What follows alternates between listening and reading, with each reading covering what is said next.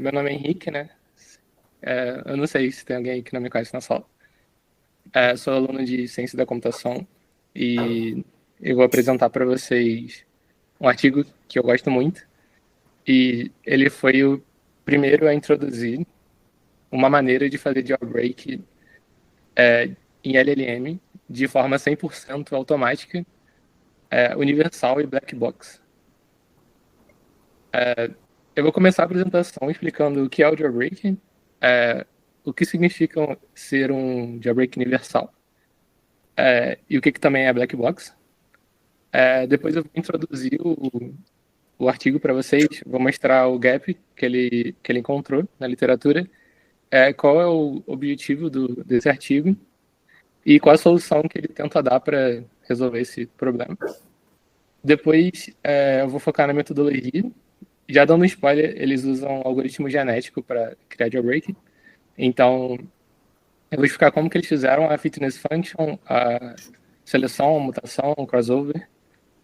E no final, eu vou concluir mostrando como que eles fizeram os experimentos, com quais parâmetros e tal, e os resultados, e também o quanto o jailbreak que eles encontraram, o quanto esse jailbreak consegue ser usado em outros modelos, além do que ele foi treinado.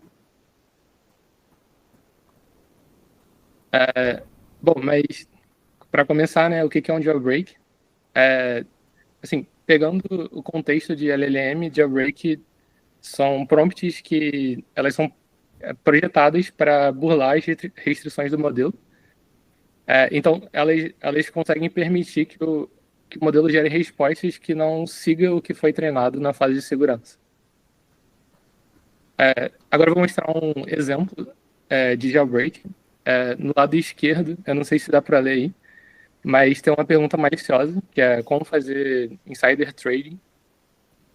E a LLM de cara já diz que não pode responder esse tipo de pergunta, e ela segue lá o treinamento de segurança dela.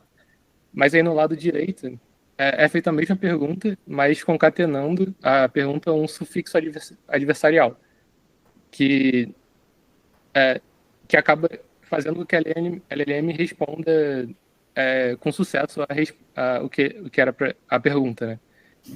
E só para a gente não se perder, né? O sufixo. Desculpa, Henrique. Só dando oi aqui para a Luana que acabou de chegar. E só para a gente não se perder, o sufixo adversarial, ele seria esse texto aí em vermelho que a gente vai concatenar com a pergunta maliciosa. E, de alguma forma, ele consegue explorar a vulnerabilidade dos modelos para tentar induzir a eles gerarem respostas erradas, ou não éticas, enfim. E a razão desses sufixos funcionarem, isso tem só um artigo que explica o porquê, então poderia ter sido um tema para outro Reading Group. Tá. Como vocês devem ter visto no título, esse artigo ele propõe um método que ele cria um sufixo adversarial de forma automática, universal e black box. Mas o que é isso, né? Automático, universal e black box. Automático é o mais simples, que o humano não tem que escrever. O universal significa que esse sufixo ele funciona para diferentes tipos de perguntas. Então você poderia concatenar com, sei lá, como criar uma bomba, como criar um vírus, sei lá. E o black box vem de que o sufixo foi gerado em um contexto em que você não tem acesso às configurações internas do modelo. Como, por exemplo, o peso, o gradiente. Então você não precisa ter acesso a isso. Que é o caso do ChatGPT, por exemplo. Bom, agora focando um pouco mais no artigo, né? O artigo ele encontrou um gap na literatura, que na época foi em 2023. Os métodos de criar jailbreak eram todos manuais e eles demoravam muito tempo e eram específicos para um certo modelo, assim. Aí daí veio a pergunta, né? Será que é possível fazer jailbreak de forma automática no contexto black box? E o objetivo desse artigo é responder isso. E para isso ele propõe uma solução usando algoritmo genético. E essa solução é automática. Ela funcionou para duas LLMs open source. E também ela também tem uma vantagem que ela permite ajudar a entender melhor essas vulnerabilidades na LLM. Para a gente saber mitigar esse problema, talvez. Apesar de que o artigo ele não foca em como mitigar. Tá, agora sobre a metodologia usada, né? A ideia principal é conseguir gerar o sufixo adversarial, ou seja, tipo, aquele texto que a gente vai concatenar com a pergunta. E a LLM ela vai,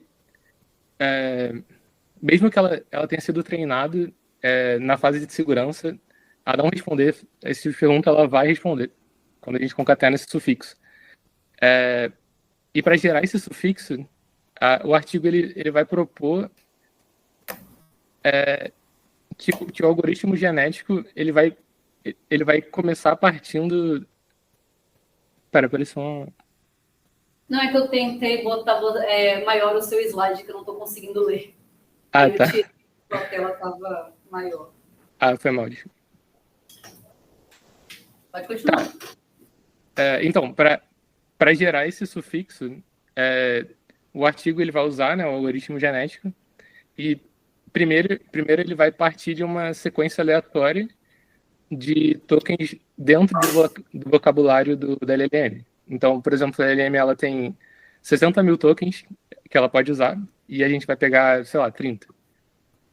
E ela vai evoluindo essa sequência de tokens aleatória até virar um sufixo adversarial que de fato funcione. Então, caso não tenha ficado claro, o indivíduo no algoritmo genético vai ser o sufixo. Aí sobre a inicialização da população. A população, esse código está em Python, né? Aí a população P é uma lista e dentro do loop o indivíduo vai ser criado, então ele vai pegar uma quantidade fixa de tokens aleatórios entre todos os tokens possíveis do vocabulário da LLM e o indivíduo é adicionado nessa lista da população e esse loop vai rodar ali N vezes, que é o tamanho da população. Depois eu falo quanto ele botou para CN. Agora é a parte que eu mais gosto, que como que tipo o algoritmo genético ele vai saber se um sufixo adversarial é bom, né? Ou seja, tipo, como que ele sabe se o indivíduo é bom para poder passar as características para o filho? Como vocês devem imaginar, quando a gente faz uma pergunta tipo, sei lá, como quebrar uma placa, teriam várias respostas possíveis. Então, para a gente criar essa fitness function que vai conseguir dizer que o indivíduo é de fato bom, existem várias formas, mas eu vou explicar agora como que o artigo, que o autor decidiu fazer, né? A gente, focando ali primeiro onde está marcado em amarelo, o, o que está acontecendo basicamente é que a pergunta maliciosa do usuário, que no caso é esse X-user, ela é concatenada com um indivíduo, que é o X adversarial. E isso é enviado para a LLM, aí a LLM vai responder, e essa resposta ela vai ser enviada para o F-embed, que é um embedder de texto, e assim vai ser gerado um embedding da resposta da LLM usando esse sufixo aí, candidato. O embedding, para quem não lembra, é um vetor que está dentro de um espaço semântico. Então, se eu tenho dois vetores e eles estão próximos nesse espaço semântico, significa que eles têm representações semânticas parecidas. Eles têm, por exemplo, uma resposta positiva estaria perto de outra resposta positiva. É, agora nessa parte rosa aí, a gente gera o embedding da saída esperada. Então, ou seja, a gente espera que depois de uma pergunta como, sei lá, como criar um vírus, a LLM consiga responder algo como sure, he is a script that exploit, tipo, uma resposta positiva. Então, essa seria a resposta, a saída esperada, né? E a gente cria um embedding só desse comecinho da resposta, porque a gente, sei lá, não sabe como criar um vírus.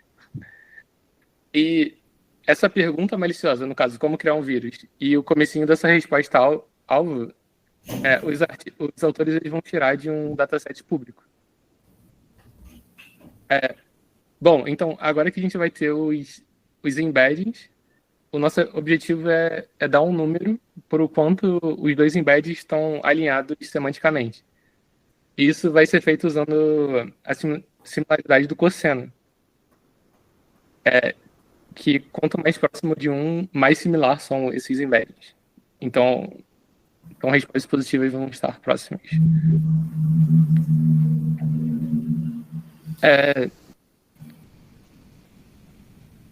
Tá, como o objetivo é criar um sufixo que ele funcione para muitas perguntas, inicialmente a gente teria que avaliar a fitness de um indivíduo, né, para todas as perguntas do dataset. Mas como esse dataset de perguntas é imenso, os autores eles decidiram que para cada indivíduo eles iriam fazer uma amostragem aleatória de 50 perguntas do dataset e 50 respostas alvo. E a seleção, para quem não lembra, é aquela parte que determina como escolher os indivíduos que vão ser os pais da próxima geração. E os autores decidiram usar um método chamado Thurman Selection, com K igual a 2, que ele vai primeiro sortear dois indivíduos aleatoriamente da população. Depois ele compara esses dois indivíduos. O que tiver a melhor fitness é escolhido como pai. E esse processo continua até escolher todos os pais para a próxima geração. Já a mutação, depois que a gente tiver os pais, a gente vai fazer a mutação só em um deles. Aí a mutação basicamente é você pegar alguns tokens aleatórios ali e trocar por outros tokens do vocabulário.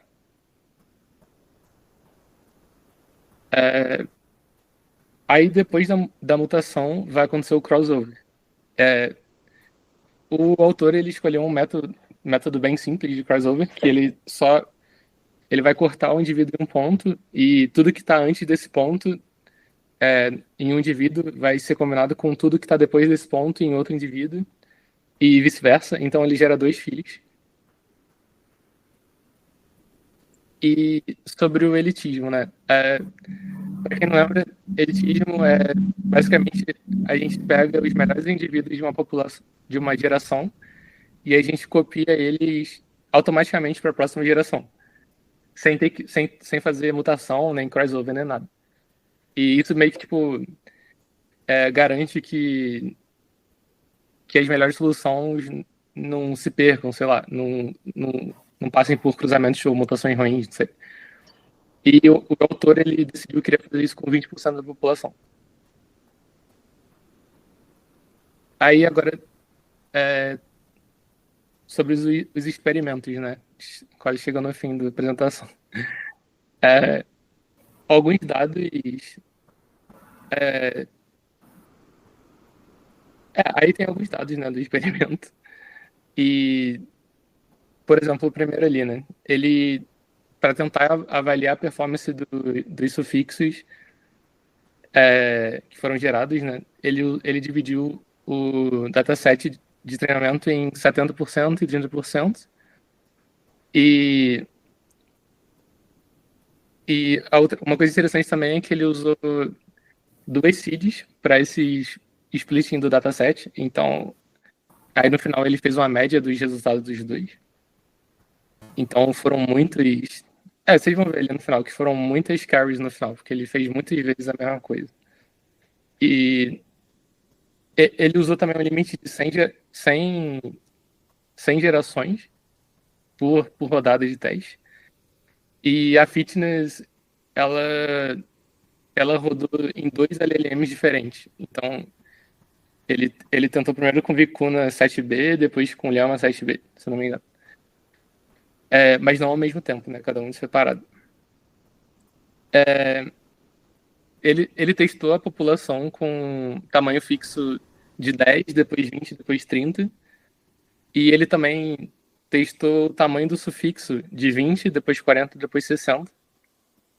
E no final foram feitas, no caso a Fitness Function, ela rodou 3 milhões de vezes, mais ou menos, 3 milhões e 600.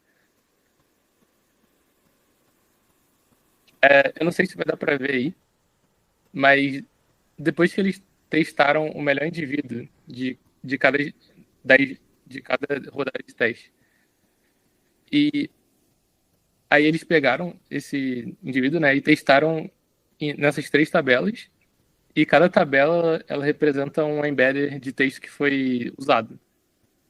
E cada linha aí dessas tabelas seria uma configuração de parâmetros. Por exemplo, população igual a 10 e tamanho de sufixo igual a 20. Aí as porcentagens vai significar qual é o Attack Success Rate, que é o quanto o ataque conseguiu passar, assim. E o padrão que eu percebi nesse resultado é que os sufixos de tamanho menores geralmente saíram melhores. Então, talvez seja por causa, sei lá, eu achei que foi talvez por causa do número fixo e pequeno de gerações. Mas o que ele considerou uma successful range? O que ele considerou como sucesso? Se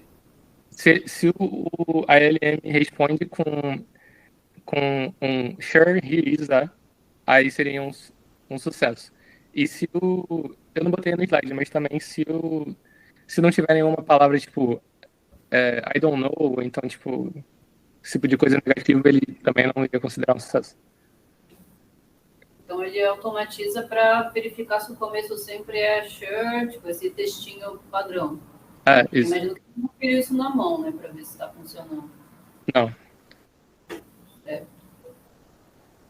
E, por fim, os sufixos que, no caso, sufixos adversariais que foram criados para um modelo, por exemplo, de Vicuna 7B, eles também funcionavam com sucesso para o Llama 13B. Mas eles não funcionavam no ChatGPT. Então, eu estava lendo o Open Review desse artigo e acabou que, como esse artigo ele tenta propor um método de jailbreak no contexto do black box, mas na hora de atacar o GPT ele não consegue, acabou que ele foi rejeitado na ICLR por causa disso. E, inclusive, isso que eu gostaria de estudar mais, porque ele não funcionou no ChatGPT. E basicamente é isso só mesmo. Se tiver alguma pergunta. Quando ele fez o treinamento da população, né, usando o algoritmo genético, ele só usou o Llama para verificar essa performance, né? Não, ele usou dois modelos. Não, mas ele usou eram duas versões do Llama, não é isso? Era o Vicuna e o Llama. Uma do Llama... Tá. Ele usou o ChatGPT como verificação. É isso? Porque esse provavelmente é o motivo dele não ter conseguido achar um sufixo que funcione no ChatGPT, porque na verdade não foi treinado para isso, né? Para isso não. É que assim, um sufixo ele foi gerado só treinando no Llama. Aí depois ele pegou esse sufixo e tentou usar no Vicuna. Deu certo. Aí depois ele pegou esse mesmo sufixo e tentou usar no ChatGPT. Não deu certo. Aí depois ele treinou outro sufixo só no outro, sei lá, Llama. Não lembro o que eu falei primeiro. Aí fez a mesma coisa, só que o contrário não deu certo também. Então, tipo, ele também tentou. Ele não falou no artigo, mas no Open Review ele falou que ele tentou treinar só no ChatGPT, mas falhou também. Certo. Você achou que teve problema de treino teste ali? Não, eu não entendi bem, na verdade. Eu acho que ele está treinando. O conjunto treino que você colocou no seu slide é o conjunto de perguntas para o treino, é isso? É. E aí o teste é um outro conjunto de perguntas. É, isso. E ele faz a média de Média. uma média, não faz? Ele está perguntando sobre ele faz uma média. A média é sobre o ponto de corte, é isso? Ele falou alguma coisa de que tinha um ponto de corte. Acho que ele tem 2 conjuntos de treino e teste. E aí ele está reportando a média da acurácia desses 2 conjuntos. É, a média, no caso, é que ele tem um conjunto lá de perguntas e respostas, aí ele divide esse conjunto em 70-30.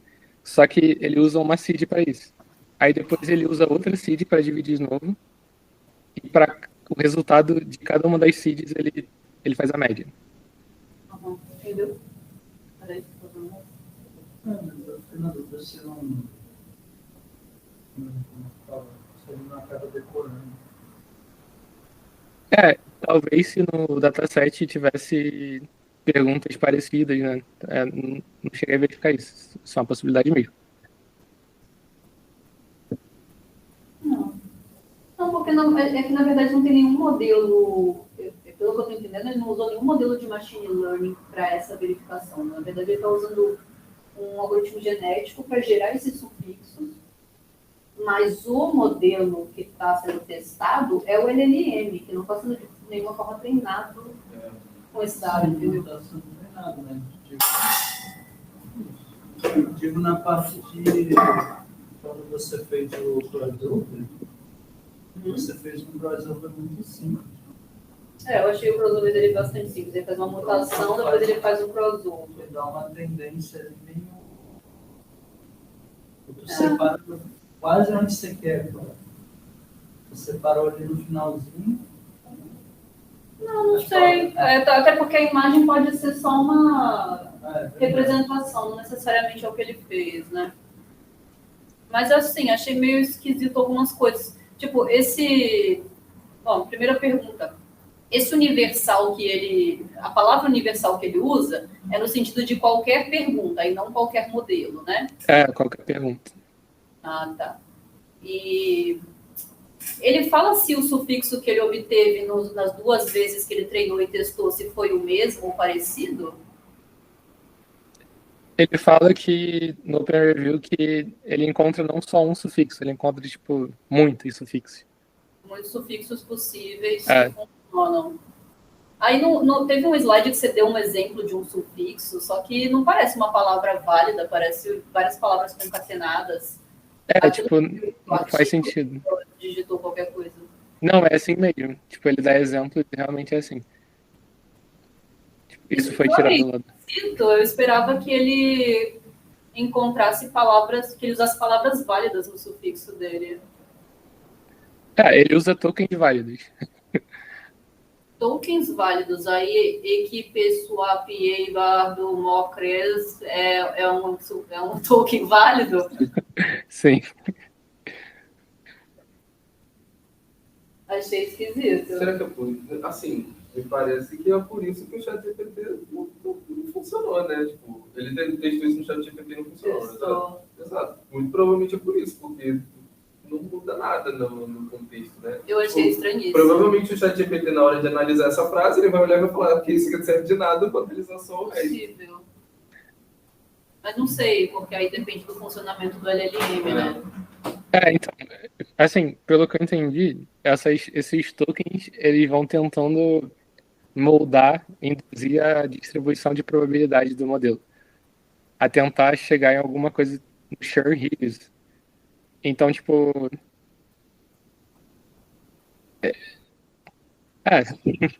tipo, não faz sentido pra gente, mas faz sentido pro modelo.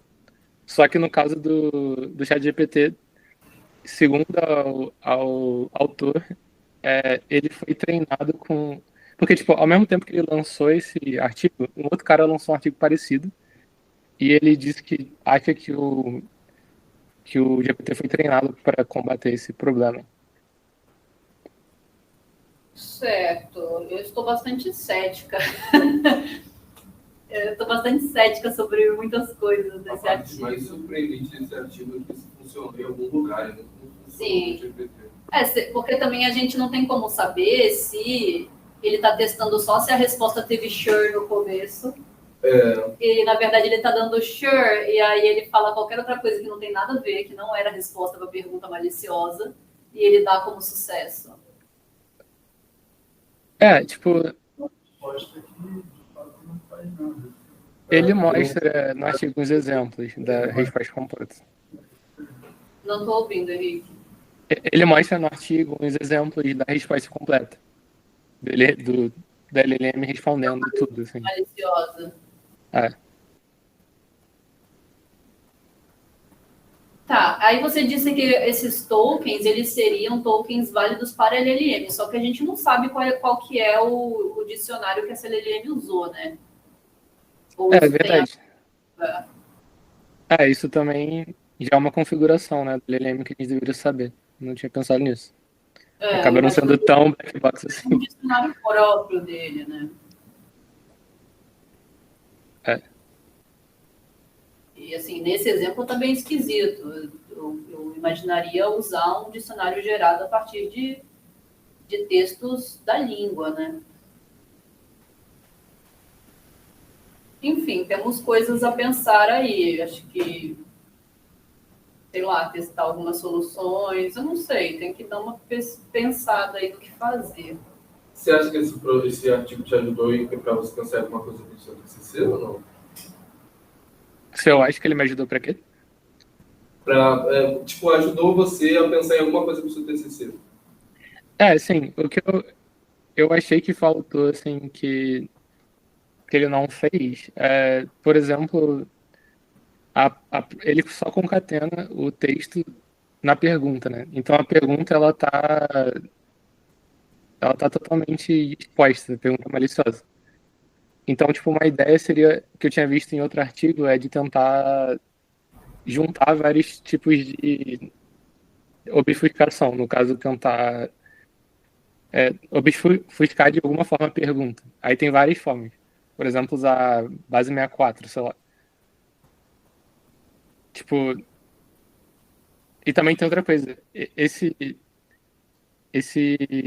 sufixo, ele treina só em uma LLM por vez. Ele poderia estar treinando em várias por vez, né? Que aí não seria universal no sentido de para várias perguntas, mas para várias LLMs. Sim. Uma coisa que eu fico pensando quando você fala... Tá olhando? Não sei.